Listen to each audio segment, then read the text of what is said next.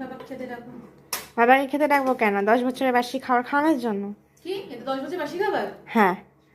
এটা কি বলো তো, তোমাদের সেই বলেছিলাম না যে কালকে তো ক্রিসমাস ছিল, তোমাদের কালকে বললাম না যে আমার রান্না রয়েছে, রাতেও রান্না করতে হবে না। এবারে কালকে তো ওখানে করেছিল তোমাদের কি বলে মাটন বিরিয়ানি, চিকেন চাপ। এবার মাটন বিরিয়ানি না শুধু খাওয়া হয়ে গেছে, ওর মধ্যে মাটন রয়েছে অত বড়, তারপরে রয়েছে কি বলে ওই ডিম রয়েছে, আলু রয়েছে। চিকেন চাপটা কেউ খায়নি, মানে শুধু আমরা না, কেউই খায়নি, সবাই নিয়ে চলে এসছে।